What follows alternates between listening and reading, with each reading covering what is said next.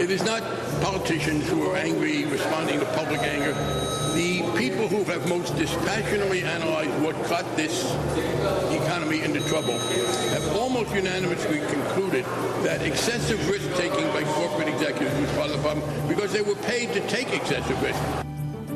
That was House Financial Services Committee Chairman Barney Frank. He's trying to crack down on executive salaries he says have gotten out of control. My guest, Arianna Huffington, the author of Pigs at the Trough, also the editor-in-chief of the Huffington Post. Arianna, you heard what Barney Frank had to say, talking about executive pay. But, aren't these really the same politicians that put in place all of the incentives to do exactly what you would expect executives and people who are compensated to do? Wouldn't self-interest? The problem is not the level of executive pay. The problem is the fact that we have disconnected performance and reward. That was the problem in 2003. You had many chief executives driving their companies to the ground and being rewarded very, very handsomely.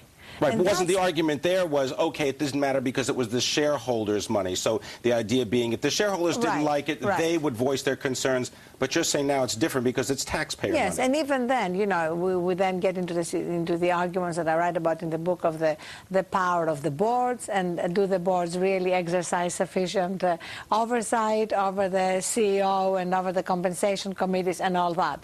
But now it's, as you rightly imply, a different level of problem because we have trillions and trillions of dollars, up to $16 trillion of taxpayer money on the hook. That is unprecedented. And it's something which we don't really know how we're going to get out of. So how do you reform? Let's just talk about some remedies, perhaps.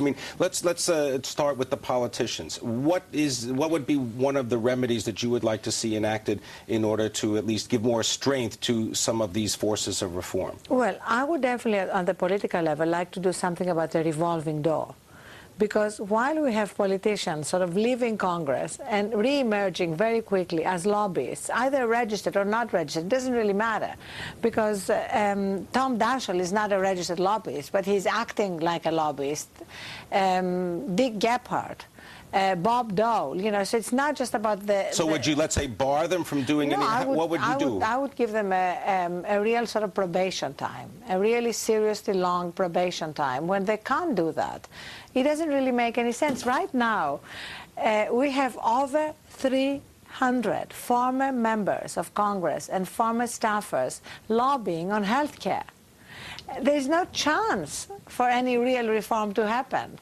Because you have just if you take one senator, Senator Max Baucus, the chairman of the Senate Finance Committee, he has 6 of his former staffers working to undermine health care reform. But don't they make the case that, gee, these are the experts in the field, they know how to get things done in Washington, and you go back to the free market argument, which is whoever pays the highest price gets the best service, and as a result, they're just paying for getting access to the right people. Well, the problem with that is that you have the past and the present very well represented, but not the future. And you know that innovation is the heart of capitalism.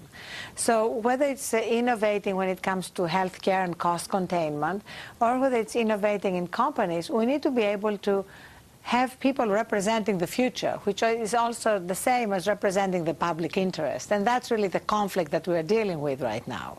What about from the corporate side? Is there something that you think ought to be done, let's say, in corporate boards, or whether it be executive pay, as Barney Frank was talking about?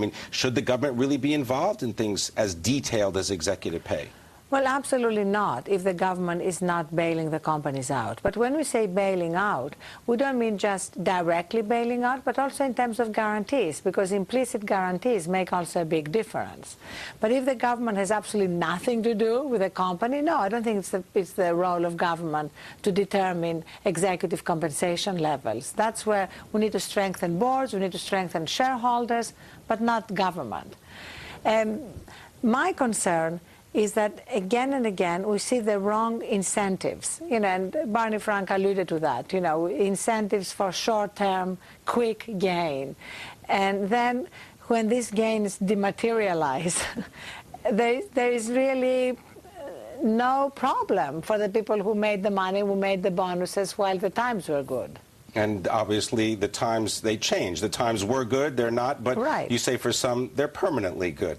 All right, we're going to continue the conversation more with Arianna Huffington, the author of Pigs at the Trough. We're going to find out about the future of media. How can original content thrive in a cut-and-paste world? We'll find out. This is Taking Stock on Bloomberg. And a programming note, Bloomberg's Taking Stock begins each weekday at 3 p.m. Eastern on Bloomberg 1130 AM, Bloomberg.com, XM Channel 129, and Sirius Channel 130.